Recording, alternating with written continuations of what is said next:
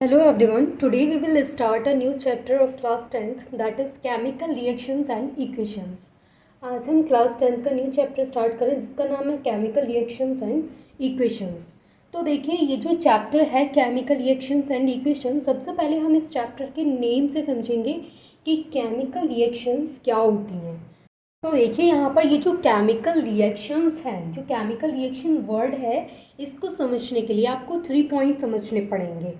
ठीक है, तो फर्स्ट पॉइंट ये है कि जो केमिकल रिएक्शन होती है वो एक ऐसा प्रोसेस है, यानी कि केमिकल रिएक्शन क्या है, एक प्रोसेस है। ये एक प्रोसेस है जिसमें न्यू सब्सटेंसेस का फॉर्मेशन होता है। जैसे कि अगर ए प्लस बी दोनों रिएक्टेंट्स हैं और दोनों आपस में रिएक्ट करते हैं तो सी का फॉर्मेशन कर रहा है, तो ये क्या है, ये न्यू सब्सटेंस का फॉर्मेशन हो रहा है। और जिस न्यू सब्सटेंस का फॉर्मेशन होगा, याद रखिएगा, उसकी प्रॉपर्टीज़ क्या होंगी, डिफरेंट होंगी, क्योंकि ए प्लस बी दोनों ने मिलकर के क्या बनाया, सी, तो प्रॉपर्टीज़ भी क्या होंगी, डिफरेंट होंगी। तो यहाँ पर ये कहा जा रहा है कि जो केमिकल रिएक्शन है वो एक ऐसा प्रोसेस है in which new substance form with different property, यानी कि पहले ए के पास कुछ अलग प्रॉपर्टी थी, जैसे कि मैंने अभी बताया कि ए, तो ए के पास कुछ अलग प्रॉपर्टी है, बी के पास कुछ अलग प्रॉपर्टी है, दोनों ने आपस में रिएक्ट किया, क्या बना लिया, सी बना लिया। अब सी के पास कुछ अलग प्रॉपर्टी होंगी, यानी कि डिफरेंट प्रॉपर्टी के साथ होगी सी, और ये क्या है, न्यू सब्सटेंस। तो जो न्यू सब्सटेंस का फॉर्मेशन होगा उसकी प्रॉपर्टीज़ कैसी होंगी, बिल्कुल डिफरेंट होंगी। क्लियर है फर्स्ट पॉइंट है chemical reaction is a process in which new substances form with different properties, जिनकी प्रॉपर्टीज़ क्या होंगी, डिफरेंट होंगी। सेकेंड पॉइंट है only rearrangement of atoms takes place in a chemical reaction, यानी कि जो केमिकल रिएक्शन है उसमें सिर्फ एटम्स का रीअरेंजमेंट होता है, यानी कि अगर कोई भी एटम है तो उसका रीअरेंजमेंट होगा। ऐसा नहीं होगा कि जो एटम है वो दूसरे एलिमेंट में चेंज हो जाएगा, ऐसा नहीं होगा। Atoms of one element don't change into another element, यानी एक एलिमेंट के जो एटम है वो दूसरे एलिमेंट में चेंज नहीं होंगे, सिर्फ रीअरेंजमेंट हो सकता है। इसके अलावा ऐसा नहीं होगा कि एक एलिमेंट के जो भी एटम्स हैं वो दूसरे एलिमेंट में चेंज हो जाए। तो ये 3 पॉइंट्स हैं केमिकल रिएक्शंस के बारे में। फर्स्ट पॉइंट ये था कि जो केमिकल रिएक्शन है वो प्रोसेस है जिसमें न्यू सब्सटेंसेस का फॉर्मेशन होता है, और जिन सब्सटेंसेस का फॉर्मेशन होता है उनकी प्रॉपर्टीज़ डिफरेंट होती हैं। सेकेंड पॉइंट था कि यहाँ पर जो केमिकल रिएक्शंस होती हैं सिर्फ रीअरेंजमेंट होता है एटम्स का रीअरेंजमेंट ही यहाँ पर होता है। और अगर हम ऐसा सोचें कि किसी एलिमेंट के एटम्स दूसरे एलिमेंट में चेंज हो जाते हैं, तो ऐसा नहीं होता है। एक एलिमेंट के एटम दूसरे एलिमेंट में चेंज नहीं हो सकते हैं, और यहाँ पर एटम्स का सिर्फ रीअरेंजमेंट होता है। तो ये थी केमिकल रिएक्शंस के बारे में। अब हम समझते हैं रिएक्टेंट्स क्या होते हैं और प्रोडक्ट क्या होते हैं।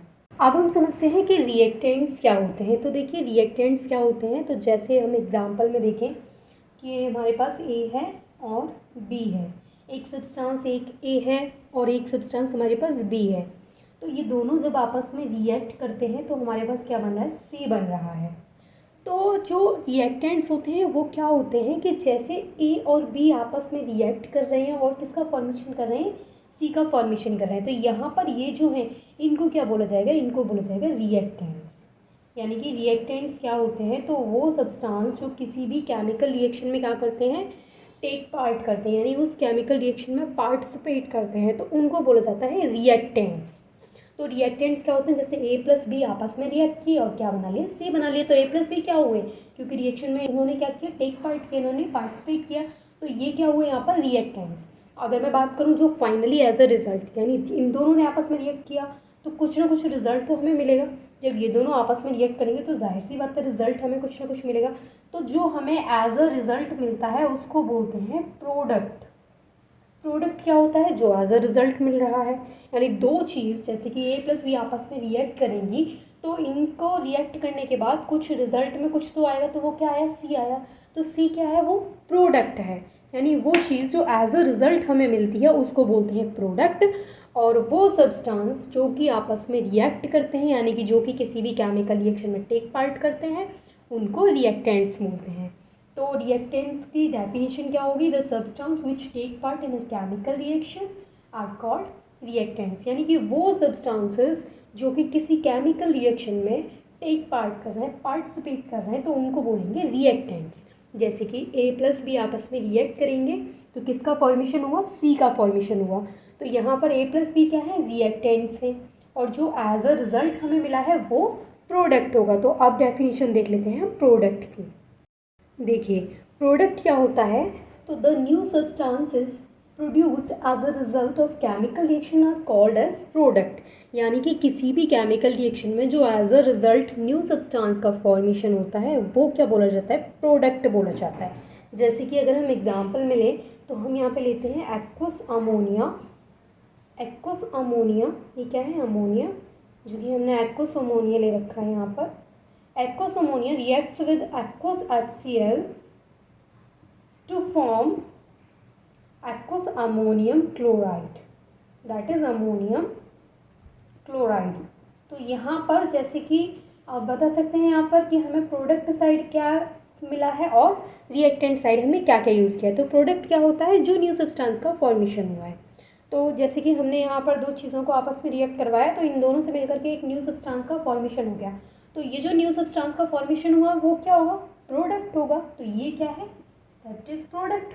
और जो आपस में रिएक्ट करके इसका फॉर्मेशन किए हैं उनको क्या बोलेंगे, रिएक्टेंट्स। तो ये क्या है, ये रिएक्टेंट्स हैं, ये प्रोडक्ट है। रिएक्टेंट्स क्या क्या होते हैं, जो कि किसी भी रिएक्शन में टेक पार्ट करते हैं। और प्रोडक्ट क्या होता है, तो जब कोई रिएक्टेंट्स आपस में रिएक्ट करेंगे तो जाहिर सी बात है कि एज अ रिज़ल्ट, यानी कि रिज़ल्ट के तौर पर, या फिर हम यूँ कहें कि कोई न्यू सब्सटेंस का फॉर्मेशन होगा। जब दो चीज़ें आपस में रिएक्ट कर रही हैं तो वहाँ पर जो न्यू सब्सटेंस का फॉर्मेशन हो रहा है वो क्या होगा, वो प्रोडक्ट होगा। जैसे कि ये दोनों आपस में रिएक्ट करे तो न्यू सब्सटेंस का फॉर्मेशन हुआ, दैट इज़ अमोनियम क्लोराइड। तो ये क्या है, ये क्या है, ये प्रोडक्ट है। और अमोनिया एंड HCl जो आपस में यहाँ पर रिएक्ट किए हैं ये क्या है, ये रिएक्टेंट्स है, क्योंकि ये आपस में रिएक्ट करें, इन्होंने इस रिएक्शन में टेक पार्ट किया है तो ये रिएक्टेंट्स है। और इन दोनों ने मिलकर के जब ये दोनों आपस में मिले तो एक न्यू सब्सटेंस का फॉर्मेशन हो गया, तो वो क्या होगा, वो प्रोडक्ट है। तो ये था कुछ इसके चैप्टर के बेसिक नॉलेज से, ये कि केमिकल रिएक्शंस क्या होती हैं, रिएक्टेंट्स क्या होते हैं, प्रोडक्ट्स क्या होते हैं, ये सारी चीज़ें थी। नेक्स्ट वीडियो में हम law of conservation of mass को डिस्कस करेंगे। तो I hope this is clear to all of you and thanks for watching this video.